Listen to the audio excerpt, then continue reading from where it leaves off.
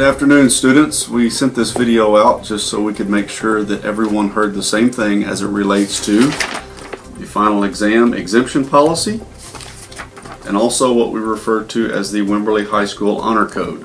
I'd like to start with the exemption policy, and although it may not seem like it's very important to you right now, it will be important to you as we reach the end of the school year and many of you want to exempt some of your final exams.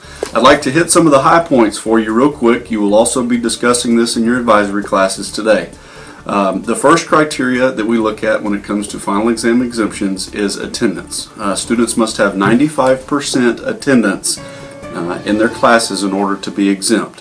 That means roughly, when you look at the entire year's picture, you cannot have more than 8 absences in order to be exempt in any given class. The second is students' behavior and discipline. Any student who is assigned at any point during the year to AEP or alternative school is automatically disqualified from being exempt.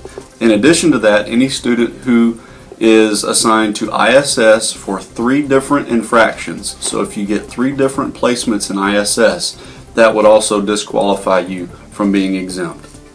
The third criteria is any fees or fines. If you still owe for any textbooks, athletic uniforms, band instruments, anything that is school-owned equipment that you owe money for, you would not be able to be exempt until you took care of that. And we always give you time before final exams in order to take care of your monetary obligations. Number 4, grades. This is where it gets different a little bit. If you are a 9th or a 10th grader, in order to exempt your class, you must have an 85 average or higher in the class. So, for example, you have a 78 in your Algebra 1 class and you're a 9th grader. You would not be able to exempt your Algebra 1 final. It must be 85 or higher. If you're in the 11th grade, the same criteria, 85 or higher. The difference is 9th and 10th grade students can exempt 2 exams. 11th graders can exempt 3 exams, but the grade criteria is still 85. 12th grade students, our seniors, you must have an average of 80 or higher, and you can exempt 4 of your final exams in the spring semester. And the final criteria, number 5, when we determine who is eligible to be exempt, is what we're going to talk about next, and that is the Honor Code. You may not have been found in violation of the Honor Code at any time during the year.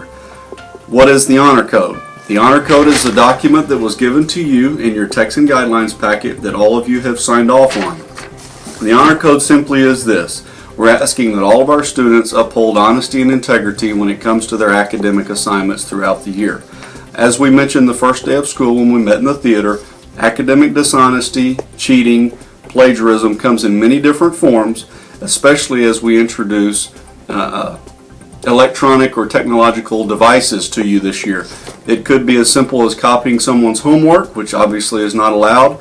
It could be taking a picture of a test or a worksheet and sending it to a friend. It could be plagiarism off the internet. There are any number of things. It's going to be very important that you listen to your teacher's directions throughout the year, because many of your teachers are going to want to involve technology.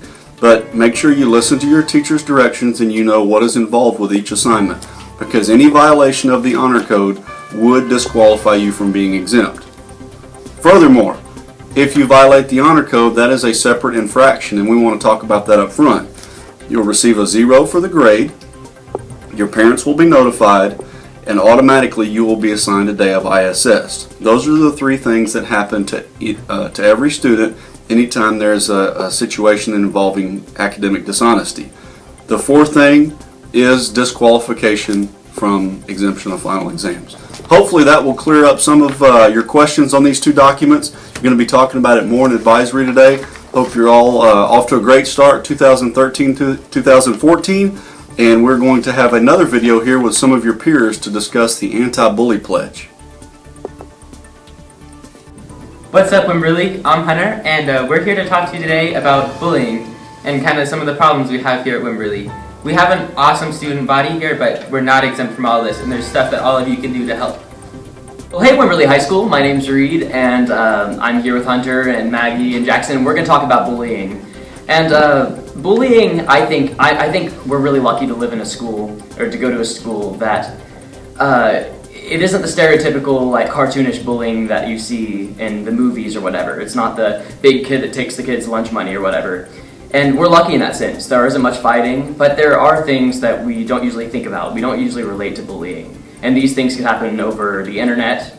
That's a big one. Social media sites, and even exclusion. And not even things that are open in the hallways that you can see from an outsider's point of view. So I think bullying is,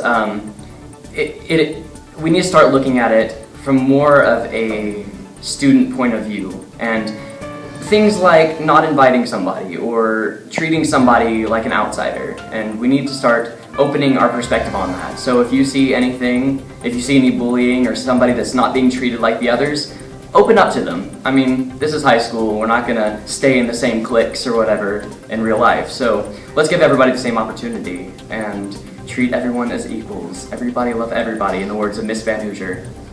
What's up, y'all? My name's Jackson. Most of y'all know me. But one of the things that I really strongly dislike here in Wimberley is that we've got some bullying. It's not that bad, but it's enough to where we need to focus on it. No matter what you're in, you know, athletics, band, theater, we're all equals. So what my coaches really preach to me is saying, here in Wimberley, we're all champions. We're good at everything. So let's act like champions, and champions don't. Hey guys, I'm Maggie, and one thing that we're doing this year to help with our slight bullying problem is we're bringing a program to our school called Rachel's Challenge. This program is not only to help to stop bullying, but it is to teach all of us here at school that it's not fixing the problem to just not be mean to people. You have to go out of your way to be kind and compassionate to everyone. And remember, y'all, if you have any problems with bullying, feel free to come and talk to any of us or any of the administrating staff here in Wimberley. And remember, Wimberley is the place to be.